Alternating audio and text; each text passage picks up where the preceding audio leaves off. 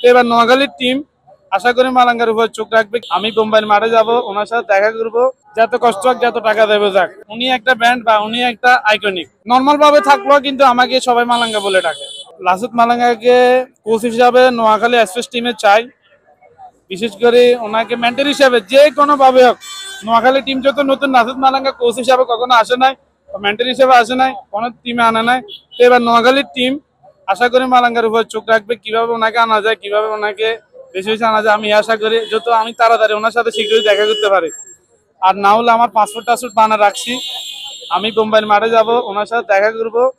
যত কষ্ট হোক, যত টাকা দেবে যাক, কিন্তু আমি ওনার সাথে দেখা করবো। ওনার সাথে দেখা করলে আমার অনেক কিছু ক্লিয়ার হয়ে যাবে, কারণ এত কষ্ট ওনার সাথে দেখা করা, যেহেতু ওনাকে আমি পছন্দ করি। আর ওনার যেমন বোলিং স্টাইল বা আইকনিক স্টাইল, এরকম কিন্তু আপনার আগার পরে কেউ এরকম নাই। আপনি তো খেয়াল করতে হবে, উনি একটা ব্যান্ড বা উনি একটা আইকনিক। কারণ ওনার যে হেয়ার স্টাইল বা ওনার যে বোলিং হেয়ার কাট স্টাইল, এটা আগে কেউ আনে নাই, উনি প্রথম আনছে।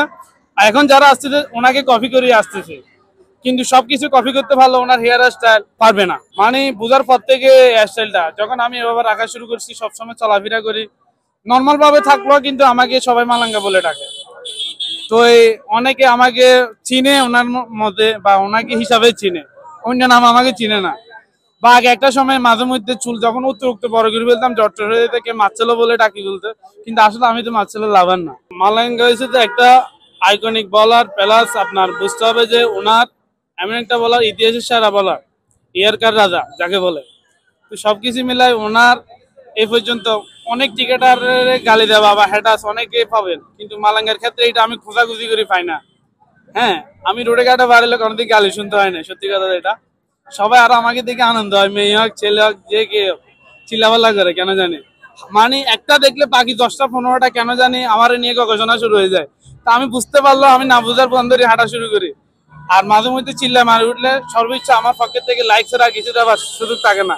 কারণ মেয়ে হোক ছেলে হোক কি করা যায়। হ্যাঁ, তো ভালো লাগে ব্যাপারটা, আসলে খুব এনজয় করি। আর বিশেষ করে নোয়াখালীর টিমের জন্য বেশি বেশি ভালোবাসা। আর নোয়াখালীর টিম আসার কারণে আমি আরো বেশি খুশি, কারণ নোয়াখালীর টিকিট লাভার বেশি। কারণ নোয়াখালীর মানুষ অনেক ক্রীড়াপ্রেমী বা টিকিট লাভার, খেলা অনেক দেখতে পছন্দ করে। দিন শেষে কিন্তু আমি যদি নোয়াখালীর ছেলে, আমি ছোট থেকে কিন্তু চট্টগ্রামে বড় হয়েছি, কিন্তু নোয়াখালী সাপোর্ট করার কারণে অনেকে আমাকে ভুল বুঝে যে তুই চিটাঙ্গের ফেলো, কিন্তু আসলে আমি চিটাঙ্গের ফেলাম, আমি চিটাঙ্গের ভাষাটা জানি, কিন্তু আপনার নোয়াখালী ভাষাটা কেন জানি ভুলে গেছি, আগের মতো পারি না।